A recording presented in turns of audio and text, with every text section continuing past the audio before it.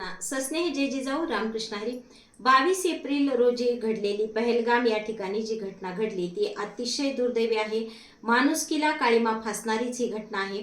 आपण बघतो की काश्मीर आणि चकमकी किंवा आतंकवादी हल्ले ह्या गोष्टी काही नवीन नाहीत, पण पहिल्यांदाच अशा पद्धतीने पर्यटकांवर हल्ला झालेला आहे आणि घरातले कर्ते पुरुष त्यांनी मारलेले आहेत.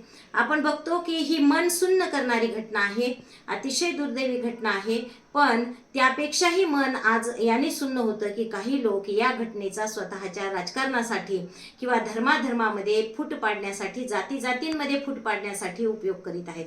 कारण ज्यांनी मारलंय त्यांचा धर्म पुन्हा पुन्हा सांगितला जातोय, पण सगळ्या उरलेल्या पर्यटकांना सुरक्षित स्थळी नेणे, त्यानंतर दवाखान्यात नेणे, ह्या सुविधा पोहोचवणाऱ्यांचा धर्म मात्र सांगितला जात नाही.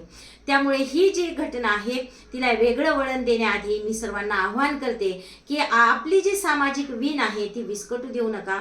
आपला गाव, आपला तालुका, आपला जिल्हा या सगळ्यांमध्ये कशा पद्धतीने सलोखा कायम राहील, कशा पद्धतीने सौख्य नांदेल याचाच आपण सर्वांनी विचार करूयात. कारण ती जबाबदारी आपली नाही. संस्कृतमध्ये एक म्हण आहे की राजा पापस्य कारणम, म्हणजे एखाद्या राज्यामध्ये काही घातक गोष्टी घडत असतील, काही हल्ले होत असतील तर त्याला कारणीभूत हा तिथला राजा असतो.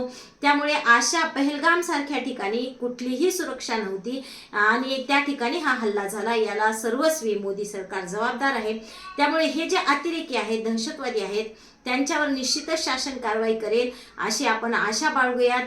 कारण ही जबाबदारीच सरकारची आहे. त्यामुळे आपण तिकडे लक्ष न देता सर्वस्वी कळकळीची विनंती आहे की आपली जी सामाजिक वीण आहे ती कुठेही विस्कटू देऊ नका. हिंदू मुस्लिम आपण सर्वच जण या समाजाचे घटक आहोत आणि त्या पद्धतीने आपण राहिलं पाहिजे. विष्णुमय जग वैष्णवांचा धर्म असे तुकोबाराय म्हणतात. त्यामुळे आपण सर्वजण एकाच ईश्वराने निर्माण केलेले लेकरं आहोत. ही सामाजिक सौख्य कायम राहावं यासाठी सर्वांनी प्रयत्न करूयात. धन्यवाद.